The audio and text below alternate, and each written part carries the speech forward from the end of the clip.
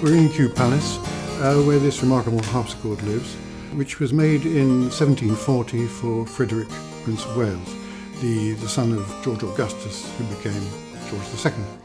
And it's rather appropriate it should be here because when he first came to England, when he was 21, lived in another part of Kew Palace, which is no longer here.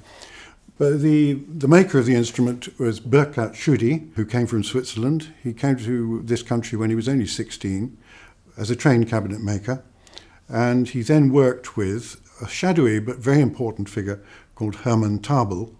But Shudi is possibly the most patronised by royalty of all the 18th century builders. So a very significant maker, and they were the most elaborate, the most complex harpsichord you could buy in the 18th century.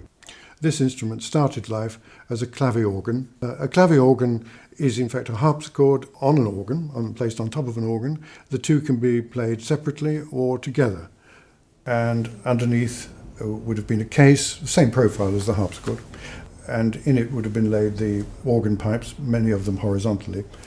As it is now, it is a classic two-manual, or that is a two-keyboard, 18th century harpsichord. You'll see along here the stop knobs, which you can turn the registers on and off.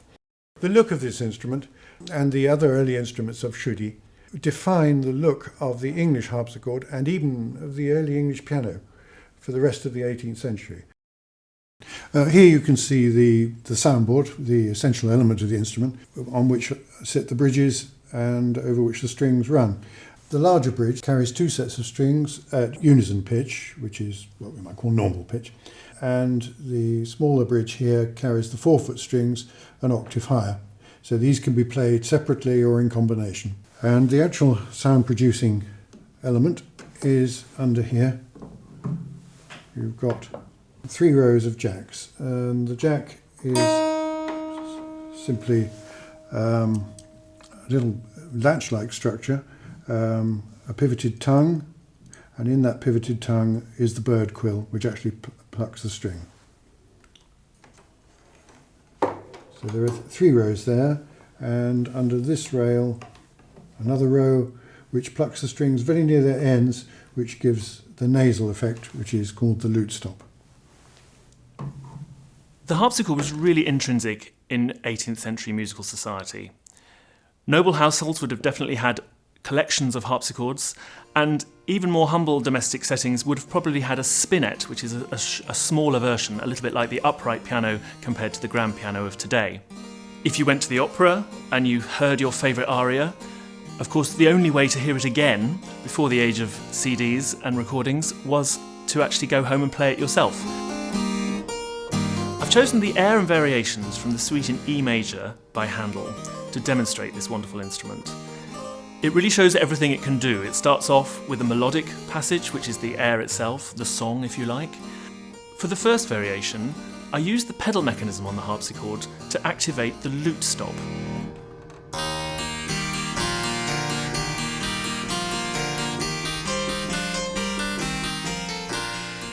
The lute is a very distinctive sound on this instrument, very reedy, quite nasal, and it allows the instrument to sing in a different way altogether.